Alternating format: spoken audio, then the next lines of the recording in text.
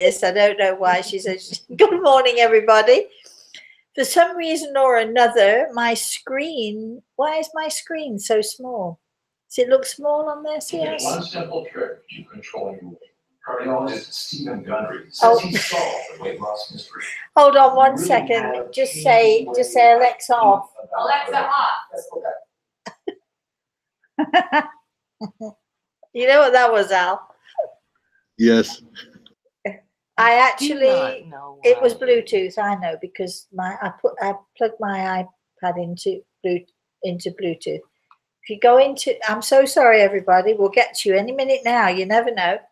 Go into, go to Bluetooth and just, that's it. That's good. Just remember to put it on. I had my iPad speakers on. Al showed me how to do that the other day, and I've been playing with it ever since. Great. It looks fine on my end. Okay. Oh. Just, that's it. Sorry, everybody. All right, we're ready. I think we're ready now. Are we ready? I think so. This is just, we only do these things from time to time just to say to you, we really are live. So, first of all, let's say good morning to my spirit guide, Grey Eagle, who is standing to my right side. And we have no jokes about why didn't he stop that knife going into your finger thing. So none of that. To my right, I have, I don't know where Katura, always in the corner. To my right, I have Carolyn. Carolyn, say good morning. Good morning, everyone. And to Al, we have Al here from Colorado. I'll say good morning. Good morning, everyone. And so, there you are. And so, let's address, shall we address the elephant in the room first before anything else? Does anybody know what the elephant in the room is? Carolyn just accused me of, what did you say? Flipping the photo. bird. I do me. not even know what flipping the bird means. I'm pretending that I don't know what that means. All right. So first of all, if I may say to everyone, I had so many, I was astounded actually at how many people, how many lovely, lovely people out there wrote comments and sent well wishes and all the rest of it for my injury.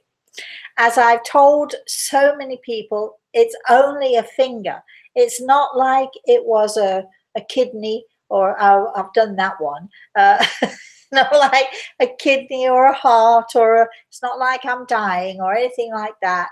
But I do have to tell you, it was excruciatingly painful, and it still is really, really painful. So I'm going to now, for those of you who don't like looking at blood and stuff like that, and gore, not that there's much of it to see, I'm going to now show you my finger to show you exactly what I did, because I know that many of you have been fascinated by it. And this is a bit like one of those hospital shows, you know, you tune in and then they show you all the gory stuff. So here it is. It's coming up now. And I don't even know where the camera is, but that's the top. I don't know if you, can you see that? I mean, yes. And then we come all the way around, because it goes all the way around. And there we are. And there are 5 stitches in there. It's extremely sore. And I cut it all the way down. That's it, right? That we're done now. And you can open your eyes. Anybody who didn't want to look can open their eyes. And apparently I sliced all the way around, all the way down to the bone. And as the doctor said to me, I'm lucky to still have my finger. It was in some ways, in retrospect, not at the time, but in retrospect, it was funny because the finger was gushing. I was screaming a bit, just a bit. My daughter would argue with that one. And luckily she was here. I terrified my grandson with all the screaming and all the blood, but the finger just gushed. Samantha got me a whole bunch of paper towel, and I was sort of holding the paper towel onto the finger like this. And at some point was able to sort of take it off to have a look at what I'd done. And Samantha sort of said to me afterwards, I really thought that when you took the paper towel off your finger, that the finger would come away in the paper towel. She thought I'd chopped it off. I spent several hours in the emergency, well, not the emergency, the walk-in clinic. They were fantastic. They were lovely. They x-rayed me and all the rest of it.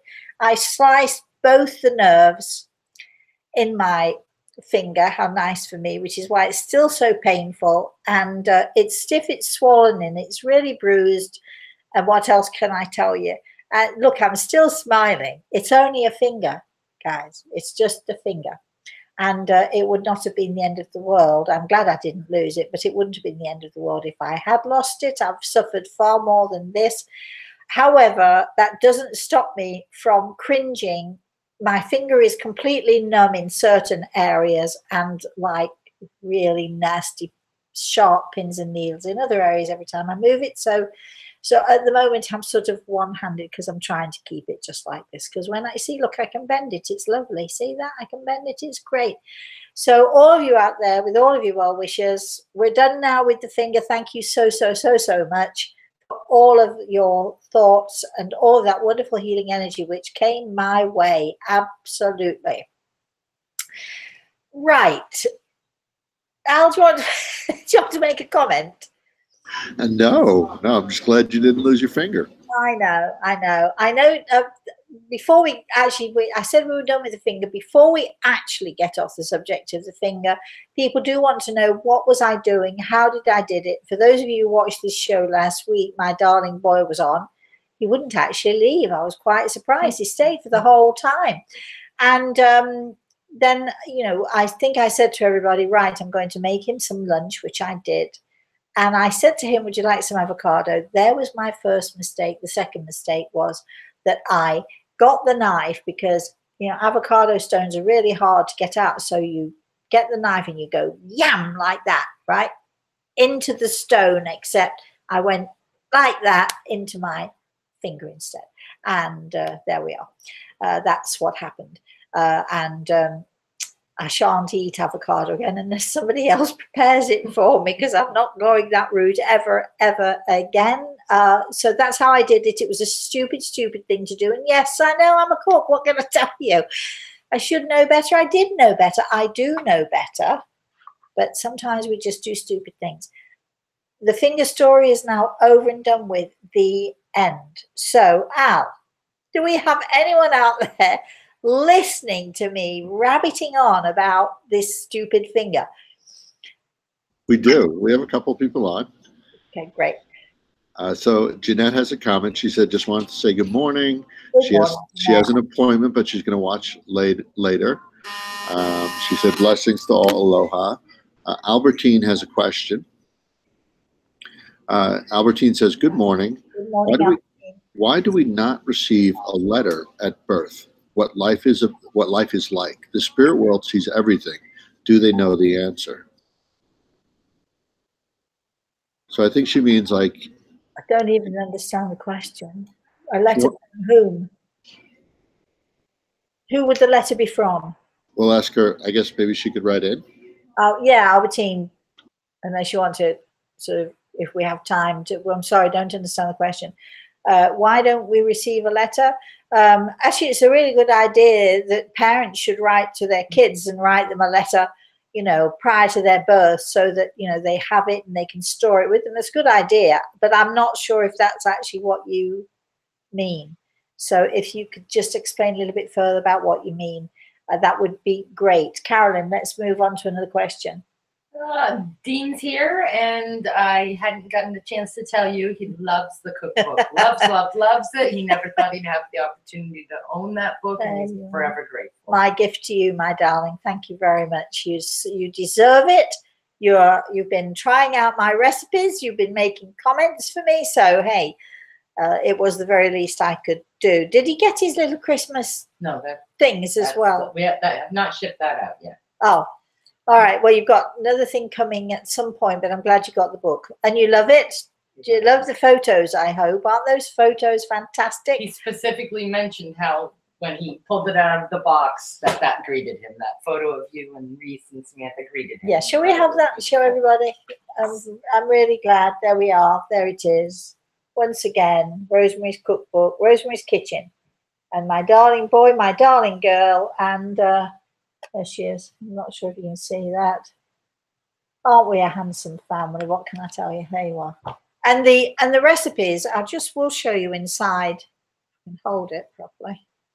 Just, just do that. The recipes are nice and clear and clean, and lots of photos, family photos in there. And it's on really nice, sort of shiny, look at that, those pictures there. And it's on nice, sort of very slightly glossy paper, so that if you happen to be using it, you do get a splodge on it. I think you can wipe it off as long as you don't, leave it to soak in. So I'm glad, Dean, that you've got the book. Do we have a question? We do. Mary has a question. I'm wondering, can I just ask Dean, if you're listening, have you tried any of those recipes yet? Well, he said, my mouth has been watering for some of the recipes and the nice drinks at the back. Oh, right. Yeah, I gave some recipes for the cocktails as well. That's right. The cocktails that I like to drink, that I've liked over the years. Yeah, let's have another question then. All right, Mary asks, do Good our morning, lives Mary. Do our lives flash in front of us at the moment we pass? I've heard lots of people who have said that. I've been told by many people in the spirit world that that our lives flash before us. I think it's actually more than a flash, though. My understanding is that when we pass into the spirit world, when we leave this earth, we have choices. For most of us, it's not a choice. For most of us, we've already decided. We go to the light. We wing our way to the light. But when we stand in the light, when we stand in front of God, we stand in the light and we not only see God, we not only see our family, we see ourselves as we really are. There's no hiding, we don't have that physical thing to hide behind anymore. So we see ourselves, we see who we really are, and we do have almost like I won't call it a flashback, because that makes it sound like it's a quick, flicking of film, but it's almost as if we're watching then our life unfolding almost from the time that we're born, and certain things are highlighted for us, certain things we did, certain things we that we said, so on and so forth. The most important thing I think to understand here is that not only do we see our own lives unfolding, the life that we have lived on this earth plane unfolding before us, we also see, this is the most important thing I think, we also see the effect that we've had on those that we have come into contact with. We see the effect that we've had on our families. We see the effect of what our words did, what our anger did, what our frustration did, what our kindness did, what our loving did, all of those things. So we see the effect that we've had on other people. And sometimes the effect that we've had on other people is wonderful. And we can, see, we can see how, really inspirational we've been at times for other people. And of course, there are times when we wish we didn't have to see, when we were sort of lashing out in anger, or when we were frustrated, or what have you, or when we've said hurtful or mean things, which we all have done. None of us is perfect. Remember that. And so, so we see all these things.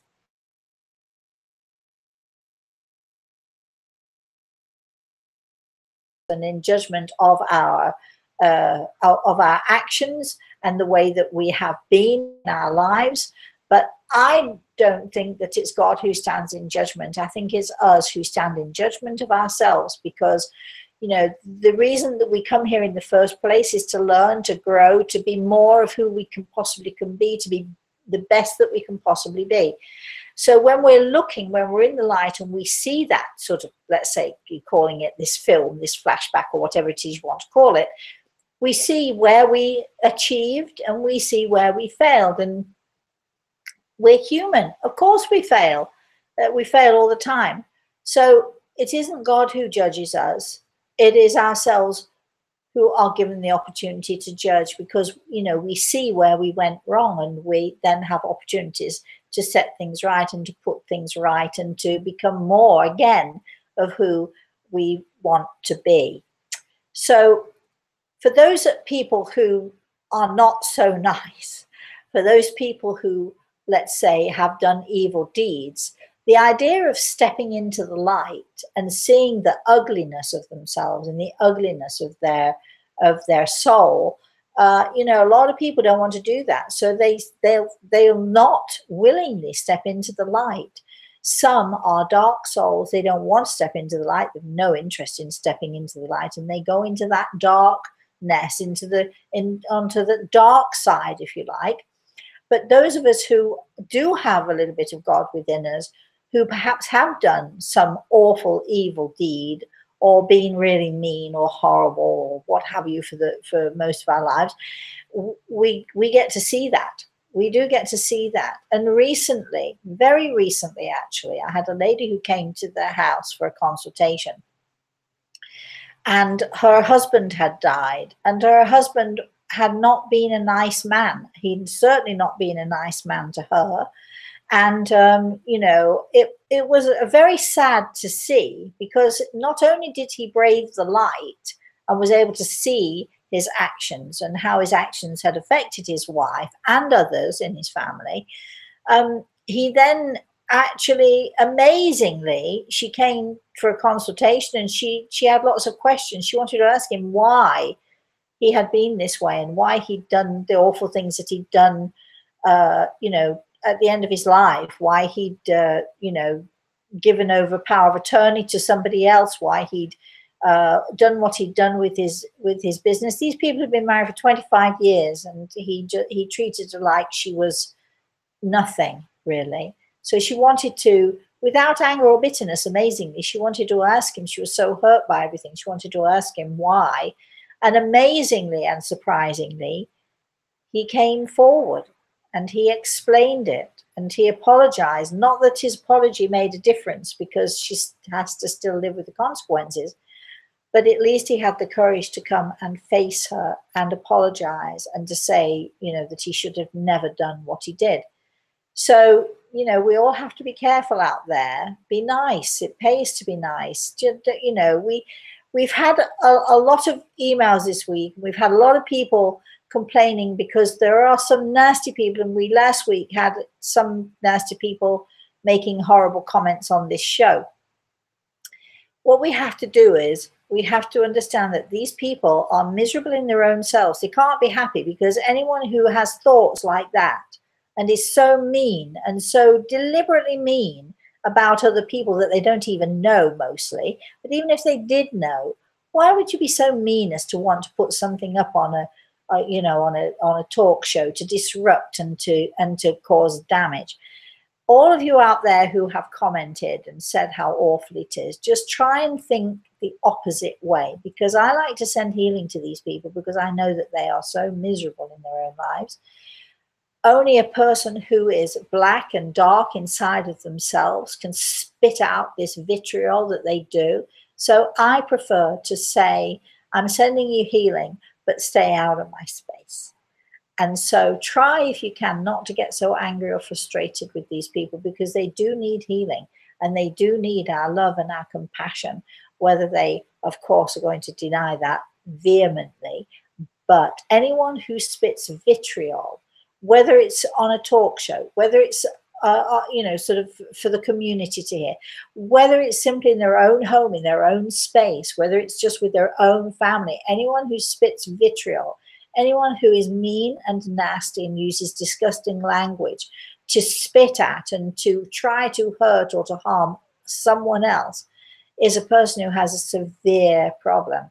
And my job as a healer is to ask God, you know, please, let's put him on the healing list. Let's put them on the healing list, and let's send them healing. However, that doesn't mean I have to stand there and listen to it or put up with it.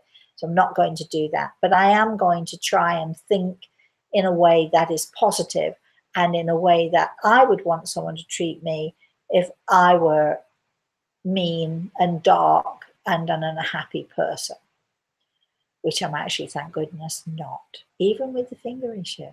I had such a blast with my grandson and my daughter last week. Oh my gosh, it was fantastic. Anyway, Al, do you have anything to say about that? Everything is attitude, right? Yeah, and I think you had a good attitude and you end up with an extra day with them, correct? I did. Yeah, I did. Because of the finger, we had an extra day. Yeah, we were able to get flights. So we're going to charge $500 each for an extra day. And because of the finger, and I was able to give them the doctor's name and phone number and so on, they waived the fees. But these airlines, it's called gouging, I do believe. They make the most of other people's, situations. Why do they always put the airfares up when it's school holidays? Really? Come on. I mean, there are more people flying, which means if there are more people flying, it's not costing you as much. So why do it?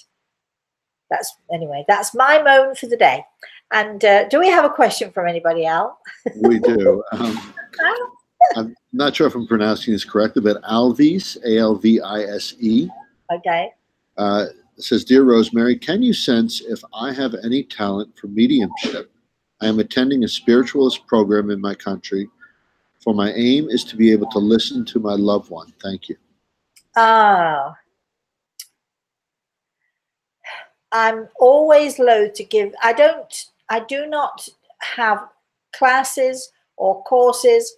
I do not teach anyone mediumship because I feel very strongly that mediumship, you've got it or you haven't got it. You can develop it. You can learn more about it. You can make it more than. But I find that, it's a little bit like, how can I say? You get a savant who sits down and can play the piano without any lessons whatsoever. Or you get, a painter who, as a child, can pick up paints and paint something marvelous and incredible without any training whatsoever. The more training they get, obviously, the greater they're going to be. But they have this natural ability, this natural talent, and mediumship is very much like that. So I always steer people towards healing. It's not that I think that people can't become mediums. It's just that there are so many second-rate, would be, could be, should not be actually, medium psychics out there. I do not want to be responsible for putting anybody else out there who can see something but not enough. When you're dealing with other people, you have an enormous responsibility. Now, if this, I don't know if it's a young lady or a young man, whoever it is, but if this person is interested in talking to their loved ones, that's a whole different thing. That is not mediumship. That is learning to raise your level of consciousness to a point where you can attune, where you can attain a certain awareness of those in the spirit world, which is all about what our classes are going to be about. Raising your level of consciousness and trying to attain that state of being able to listen, being able to communicate, being able to connect with your own soul, and to listen to the heartbeat of your soul. That is not mediumship. And in my online courses, and this may turn everybody away completely, I am not training you to become mediums at all in any way, shape, or form. You are going to learn to raise your level of consciousness, to become more spiritually aware, and to be able to tune in to your loved ones in the spirit world, hopefully, or at least to tune into your own soul, which is, an incredible feat. Stands on its own merit, so to speak.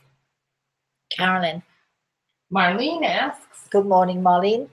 Rosemary, can you explain the lovely pictures behind you? I have wondered this every time I see you sitting in front of them. Yes, there are 4 of them, actually.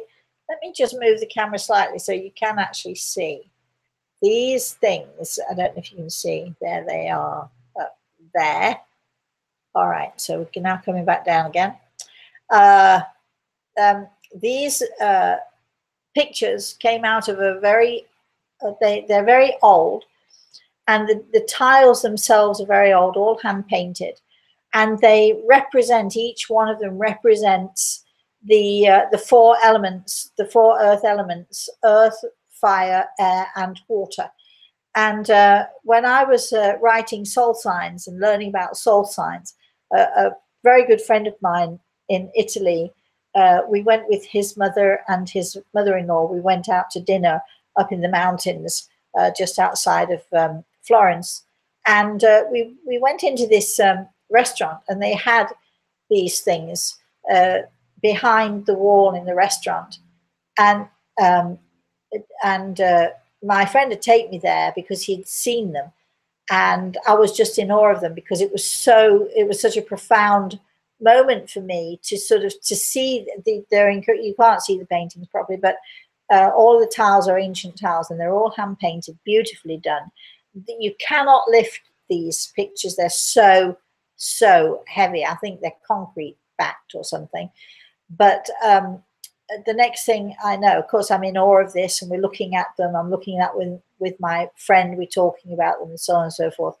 To see these 4 earth elements, especially as I'm doing soul signs, because soul signs is all about earth energy, fire, earth, air, water. And of course, we don't talk about the dark soul so much, but there's a 5th element, which is sulfur, which is not on my wall. And the next thing, Christmas time came around, and this enormous crate was delivered to my home, and my darling friend had sent me these paintings, which so they're very precious to me. They mean a great deal to me. I hope that explains it all to you. Talking of which, because we're talking about the earth elements, soul signs. For those of you who are new listening and you perhaps don't know anything about me at all right now, Carolyn, it's your favorite, the one and only, above all else, favorite book that Carolyn actually carries around with her in a bag, right? Yes, it's in my car. So, wherever she travels, soul signs travels with her. Why is that, Carolyn? Because I like to refer back to it if I'm, not sure what I think somebody might be. I go check. It tells you all about everybody you might know or come across, people you work with, all that stuff. Al. So we have a question from Twiggy. Good morning, Twiggy. She's taking the course, and she has a question about what we're doing in the course. So she said, will we have the opportunity to learn how to astral project in the online classes? Just curious. Astral projection. I might not call it astral projection, but yes, in a way, sort of. Boy, you're already ahead of yourself here. So these courses, we take baby steps. I want to make sure that you're all doing what you should be doing in the right way, that nobody gets, concerned about the exercises, that you're doing it in a way that is right and good and proper, because I'm not going to take you on this journey too soon, and we are going to stop along the way and smell the roses again and again and again, and we will often go back to some of the lessons because sometimes when you learn something, or you sort of in the classroom and you learn something, then you learn other things. If you go back to the beginning, sometimes it's amazing, because now you're looking at that first lesson with completely different eyes, because you've learned so much. So now you're able to look at the first lesson or look at those early lessons in a completely different way. We will have mentors. Our mentors will be people like Al, who have done many of the lessons and know exactly what I'm talking about, right, Al? Correct. Yes. Did I lose you for a second there? All right. Let's go with Carolyn. Twiggy Leaf actually has a second question, and it's a pretty good personal question. All right, then go for it, Twiggy. What is one of your favorite music albums? When I was 15, I was introduced to Dave Brubeck. Not personally, but I was introduced to his music. Most of you will know his Take 5, which became, he was not a popular musician. His Dave Brubeck and his quartet He's jazz. It's all about jazz, and oh gosh, they're absolutely incredible musicians, incredible. And but for some weird reason, he one of his songs became a major hit in England, massive hit in England, and I think probably around the world. And it was such a catchy thing that it sort of everybody all of a sudden was into jazz. I like Scott Joplin. I like all sorts of things, but I also like. I love Nat King Cole. I'm going on and on here. I love music in most forms. I like opera. I like all sorts of things. I don't limit myself, but I'm a big music fan, very, very big, and a singer as well, as some of you might know. My voice, since my bronchial stuff is not quite up to scratch yet, but it will be back. And I will be back full force. I will tell you that my daughter used to cringe at Christmas time. Christmas time at her church when she was sort of 8, 9, 10, 11, you know, they always had the carol service. And the kids were at the front and then the parents were in the congregation. And we'd be singing the carols. And of course, the parents would have to stand up and sing out the carols and so on. And apparently the kids used to whisper to Samantha, you know, so occasionally they lean over and say, "Your mum's here," because my voice was always one of the strongest, and because I love Christmas carols. I love, love, love. My favorite is "Oh Come All Ye Faithful," and I'll sing it, you know, with joy, as I try to sing everything with joy. Al, that was a personal question. Twiggy, I hope that helped you. I do sing while I'm cooking, by the way, also. I sing all the time, actually. Al, Sweet. do you sing, Al? What's that? Do you sing? I do. Do you? I do. Do you really? Yes. You don't. What kind of music do you like? Oh, I like everything. I like old stuff from the 50s. I love Elvis. I love new stuff too. Yeah, I'm all over the place too. I love Ella Fitzgerald. I love her too. Yep. Yeah. And Eartha Kitt is one of my all-time favorites. I went to see her live in New York. Stunning, stunning, stunning, and the most incredible voice, fabulous voice. So I'm kind of a bluesy, jazzy sort of everything kind of a person, really. You have a question for me? Sure. we have Sharon. We're getting into the personal stuff now. Yeah, exactly. We have Sharon asked a question. Good morning, Sharon. I am new at trying to bring my own spirit guides into me, and sometimes I think I'm crazy. Has this ever happened to you at the beginning?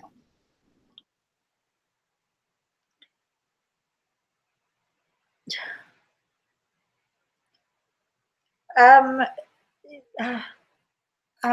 trying to find a way to answer this for you that is not discouraging to you, because the last thing I want to do is discourage you. But the most important thing is to put you on the right track. Everybody wants a spirit guide. I'm not quite sure why. Everybody wants a spirit guide. Some people think they've got 3 or 4 or so on and so forth. Can we just, I've talked about this before, and I just want to clarify this again. A spirit guide is a highly evolved, highly evolved spiritual entity. It's kind of like if you're a nurse and you're a first-year nurse training at New York Hospital. It's kind of like the head of the hospital, the head of the heart unit, the most major heart surgeon, walking around saying to you, so this is how you put a needle in. So it won't happen, because that highly evolved surgeon only will spend his time, his energy, and his effort with those people who are training in his field on a full-time 100% full-time basis. I just would like everyone to just have some common sense, to use your common sense. And the last thing I want to do, darling, is to discourage you. If you're trying to connect with your loved ones in the spirit world, I can get it. I get that. And this is what I feel that you should be doing, connecting with them. Not and this trying to bring them into you. I don't know where you're getting this from. I don't know who is teaching you, but stop. For your own sake and for your own sanity, take a really good, hard, long look at what you're doing, or who you're doing it with, or who is encouraging this with you, because this isn't right. We hear all the time about people who get scared when they are doing things out in the universe, trying to bring people in to your life who you don't even know. I think I've said before, you would never, if you were sensible, you would never in a million years open your front door and call in any and every stranger on the street to come in and sit down with you and so on, because you might get some nice people, but you're going to get some bad people too. So you need to be really, really careful about this. Really, really. Did it ever happen to me? No, it didn't happen to me, because Grey Eagle was there, and was there before I even began my work. And I'm, aside from my lovely Scotsman, I write about him in my first book, The Eagle and the Rose. Aside from him, Grey Eagle is my only spirit guide. I don't need a dozen of them. I've got one, and he is the expert in these things, and I completely rely on him. And even as I'm saying this, he has his hand on my shoulder. When you're involved in this subject, my lovelies, all of you out there who would really want to do this, I get why you want to do it, I do. But I want to encourage you to do it in a way that is right for you, and in a way that is healthy for you. And when I first started out doing this, okay, I didn't want to fool other people. That I kept, it was my one big thing. I don't want to fool anyone else into believing what isn't there and what isn't right. But more important than not fooling anybody else was that I certainly did not want to fool myself. I certainly didn't want to get involved in this subject and in this, in the situation that I'm in, not knowing whether it's real or not. So we have to be discerning. We have to be sensible, and we have to grit our teeth. No matter what we wish for, what we hope is, what we would love it to be like, we have to be realistic. A spirit guide is a highly evolved spiritual being. We are, even I mean, I might be a second-year nurse or a third-year nurse, but I'm not much more than that in the scheme of things. You will not find a highly evolved spiritual being working with someone who just does this when and if, and maybe on a Saturday night or a Friday night or whatever. A highly evolved spiritual being, a spirit guide, is someone who works full time with someone like me, who works full time. I mean, to the exclusion of most other things. Because, and I think, Carolyn, you'll bear me out with this, and certainly people who know me know, this is my world. This is my life. I don't, even in my kitchen when I'm cooking, it's a part of me. It's not something that you do, it's something that you are. And so I urge you to be very careful, very cautious, and I don't know who you're listening to, but ditch them. Am I too harsh here? Am I being too harsh? No, I think you're being cautious.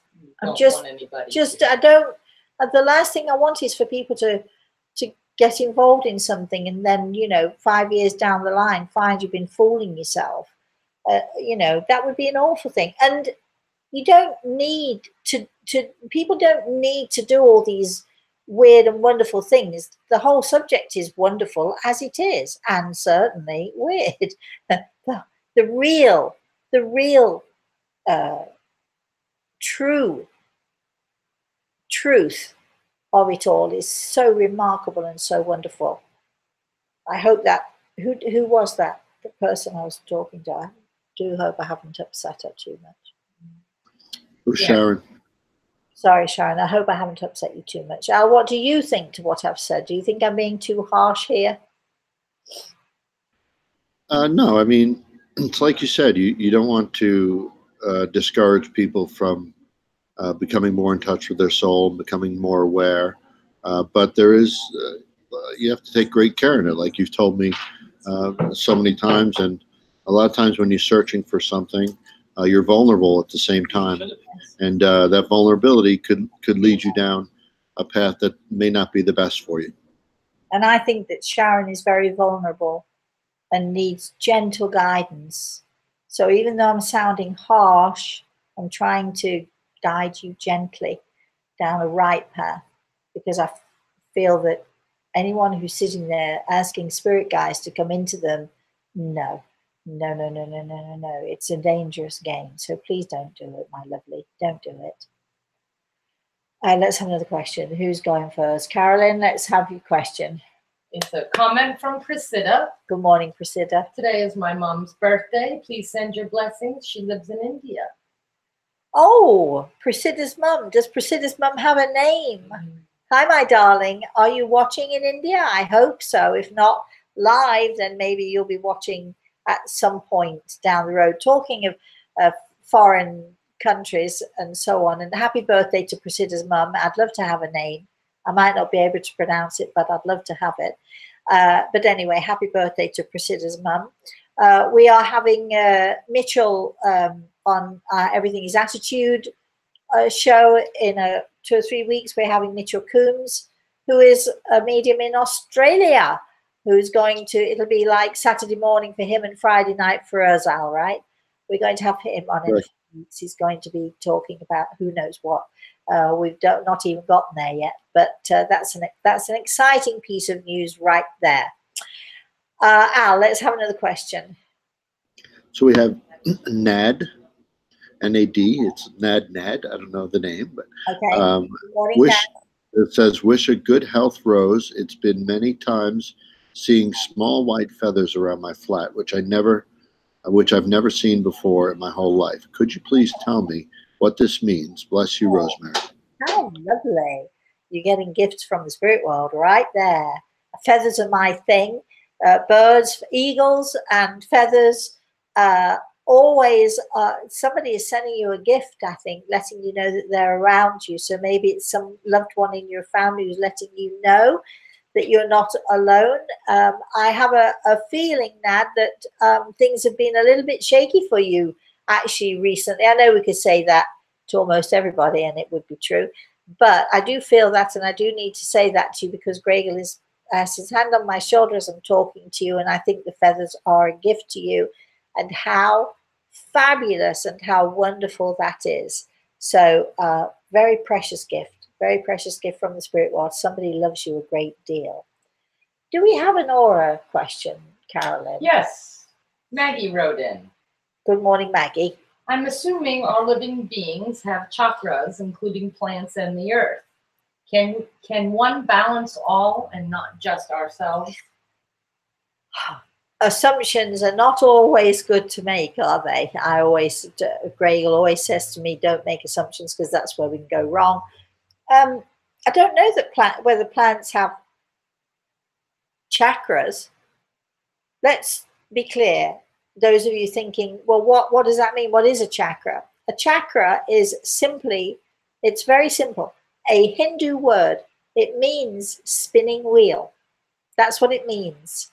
So a chakra or a spinning wheel, basically we have 7 main energy points in the body. We have the top, we'll call them chakras, but they're only spinning wheels. You know, it's like just another name for a spinning wheel. We have the top chakra. We have the chakra seated just behind the pineal gland, right in the center of our forehead. We have the throat chakra. Pretty much everybody has experienced the throat chakra. You know, when you get a lump in the throat, when you're sort of feeling emotional and you sort of really upset about something, you get a lump in your throat. That is your chakra. That is your energy point. That is that spinning wheel sort of clogging up. Instead of going round and round and round nicely, it's kind of clogging up with the emotion, and we feel it right there. We have the heart chakra. Some of you, as I have certainly experienced that heart chakra, when you can physically get a pain in your heart with such trauma or emotion. It feels like somebody sort of stabbed you in the heart. Again, that's when that spinning wheel, that energy, that sort of wheel of energy, that circle of energy that's going round and round and round, it gets stuck again because of the emotion or because of the trauma that you're going through, and it starts to clog up a little bit, and that's what causes the pain. So some of us have experienced the heart chakra. We come to the solar plexus.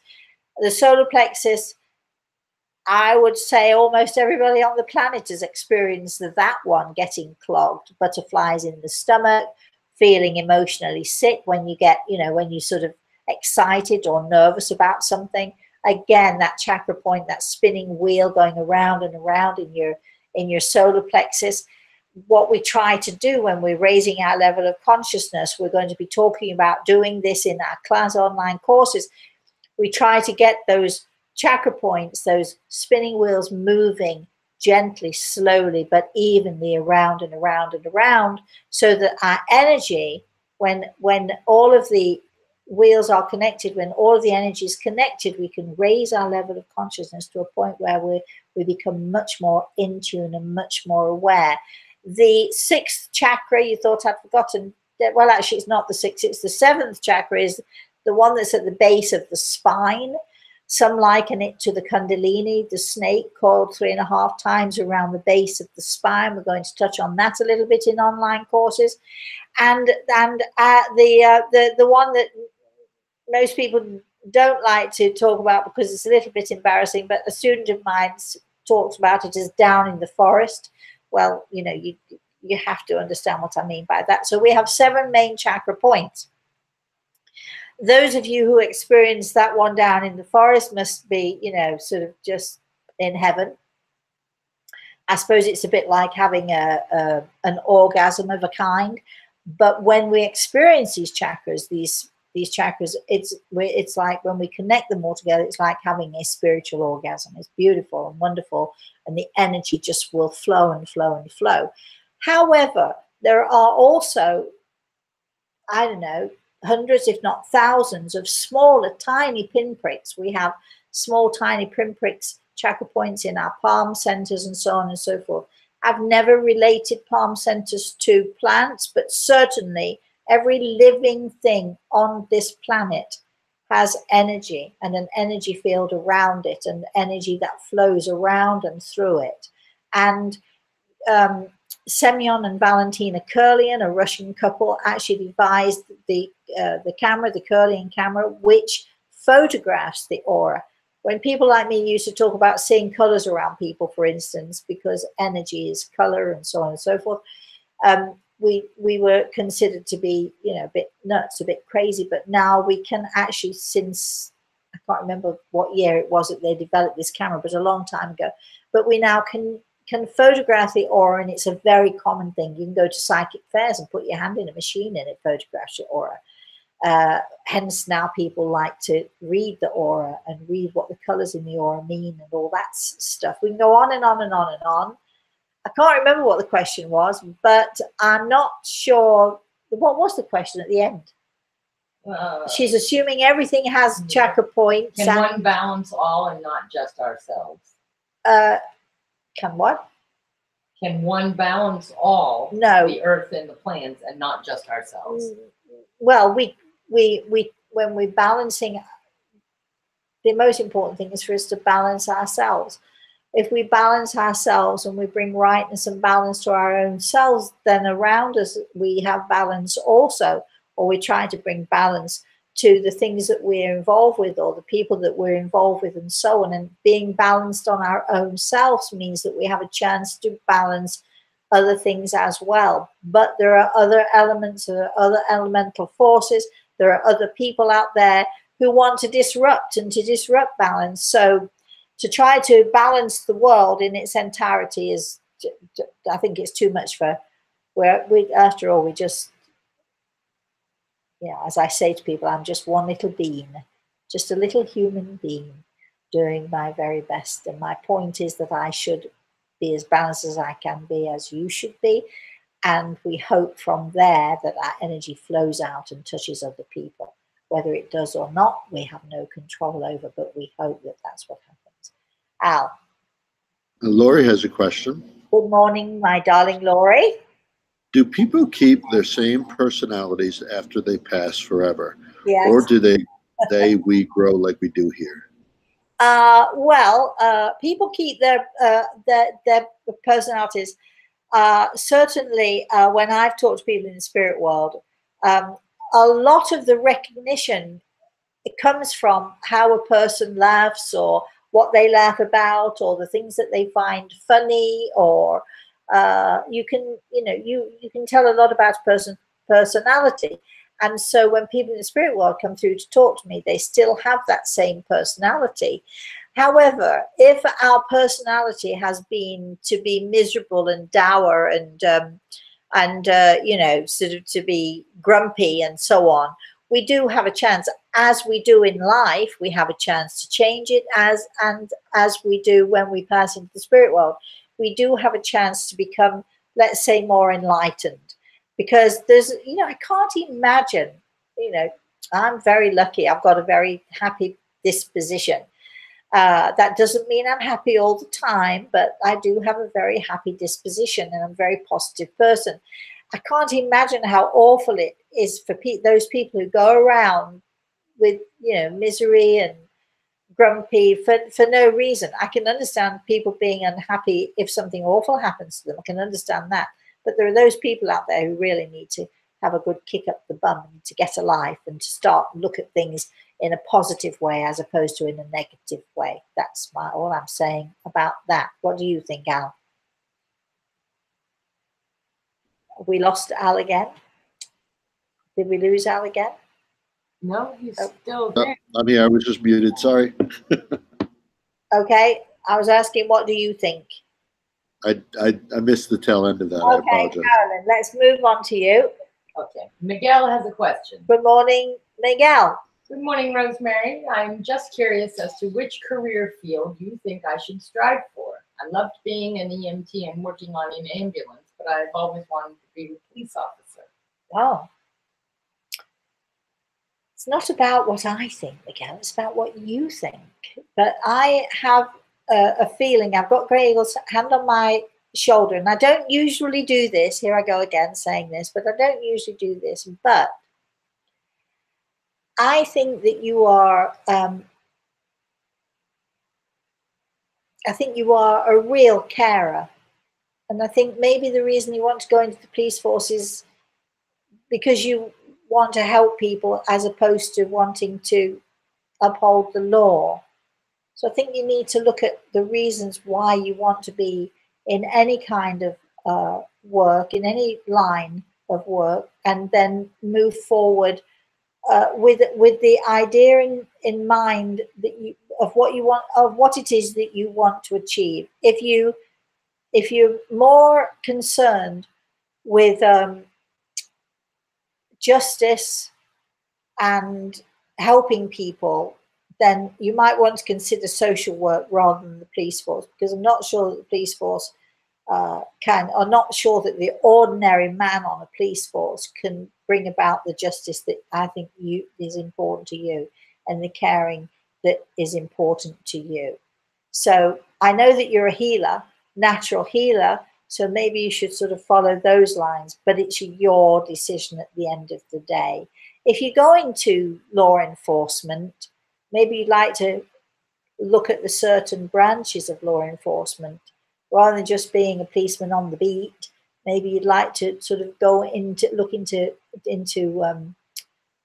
let's say, a more enlightened branch of the police force. Let's do that. I think you'd make a great social worker, personally. That's my feeling. Greg is patting me on the shoulder for that one. Al, do we have another question? We do. We're close to time, just as a heads up. We have Vera says, Rosemary, do demons exist, and can some spirits hurt us or our health and so on? I'm sorry, who is this person? Vera. Or Vera? Vera. Yes, and if you read my book, A Matter of Life and Death, if you want to know any more about how you get these books, just email me, Rosemary at rosemaryaltea.com, and Carolyn will help you out there. But yes, there are what we call dark souls. I'm not sure I'd call them demons necessarily, but there are dark souls out there. And this is why I'm very, very, concerned when people say, trying to get people to come into me. You don't open your door to strangers, is what I'm saying. Can they harm you? Only if you allow it. If you bring light and love into your life, then you'll be fine. I did have occasion, and again, the story is in A Matter of Life and Death. I had occasion to deal with a serial killer who was real evil, and even after he ended up hanging himself, having murdered his wife and his wife's friend. I think I've got that right. Anyway, nephew or cousin or some such. I can't remember now. You'd have to read the story. And he'd been killing for many, many years. His story, if you can look on the FBI files, you can find his story out there. But I had to deal with him, and that was very tough for me to deal with. But again, good always conquers evil, without a doubt. I like to use this analogy. You've got a room which is black, and you've got a room next to it which is filled with light. So if you can say that the room that is dark, black, pitch black, represents the negative or the dark side that we know that is out there, and you look at the room that is filled with light, and that represents the good and represents the godliness. Well, if you knock a hole through the wall, what will happen? The dark has no chance, because light will fill that dark room, whoosh, right like that. The light has the strength, the power, the brilliance and the beauty to negate anything that is dark. So if you're having issues, or if you know of anyone who's having issues with dark souls or the dark side of things, tell them just, ask God, because God will always be there for you. Ask God and bring light into your life, bring light into your soul. If necessary, go to a church to pray, or just get on your knees and pray. Whatever it is, bring light into your life, and that darkness will have no chance whatsoever. Remember, you knock a hole through between a dark room and a light room, the light wins out every single time, because the light is the power. And it's only if you just stay in that dark room and you refuse to find a way out. In other words, if you entice it or bring it in, that's when it can do you harm. It's your choice to do that. My choice is knock the hole through. Get out of there. To bring the light in. Break the windows. Whatever it is it takes you to do, get into the light no matter what. And that's what I did. I think we're out of time. Do we have one more question, Carolyn? Stephen asks. Good morning, Stephen. Is there any significance to someone dreaming in twos, meaning the dream repeats itself, but in one dream I'm younger, and in the repeat I am my current age? Oh, interesting. It's an I don't know about dreams, so I can't help you. I'm not a dream expert, but what I do tell people when you have dreams, especially dreams like this that are interesting, because you might be dreaming, you might be being told about something that happened to you when you were younger, and now you're this age, and I don't know quite. I'm not a dream person, but what I do tell people is write it down, write down your dreams, write down all that stuff, and just make sure that make sure you just write it down. Could you just excuse me? Can Yes, you give that guy that? Thank you. Yes, I think the things. Sorry, we had a parcel. It is live, so we had a parcel delivered to us incorrectly, and so we're just handing it back. UPS do a really great job usually, and the address was right, the name was wrong. Anyway, muttering on. Where were we, Al? What were we saying? What was I saying about something like dreams? I'm not a dream expert, but Right. I always tell people, write down your dreams, write down your experiences, because some of them are really, it's the spirit world's way of giving us information or sending us information. So that's it, right? So we are done for today. Again, thank you to all of you well-wishers. My finger, as you can see, is sort of fine, and anyway, it's only a finger. And I'd like to say thank you to Al, thank you to Carolyn, thank you to Great Eagle. If you need us, we are Rosemary at rosemaryaltea.com. Al and I will be doing Everything is Attitude tomorrow. I'm not sure we have the subject yet, but we'll be there. We'll be meeting 6 o'clock Standard Eastern Time for our Everything is Attitude show, and we shall be here again next week. If you want to know more about my books, Soul Signs, or the cookbook, or anything at all, or the new one, which is A Walk in the Clouds, again, email us Rosemary at rosemaryaltea.com. Or for the cookbook, you can contact lulu.com, who is the publisher. And I think that's it. And so until I see you again next week, hopefully my finger will be much improved. Please, please, please, all of you out there, thank you for joining our show. Thank you for being so lovely. And please have a very, very, very blessed day. And I'm now going to find that little arrow, and there it is. Have a blessed day, everyone.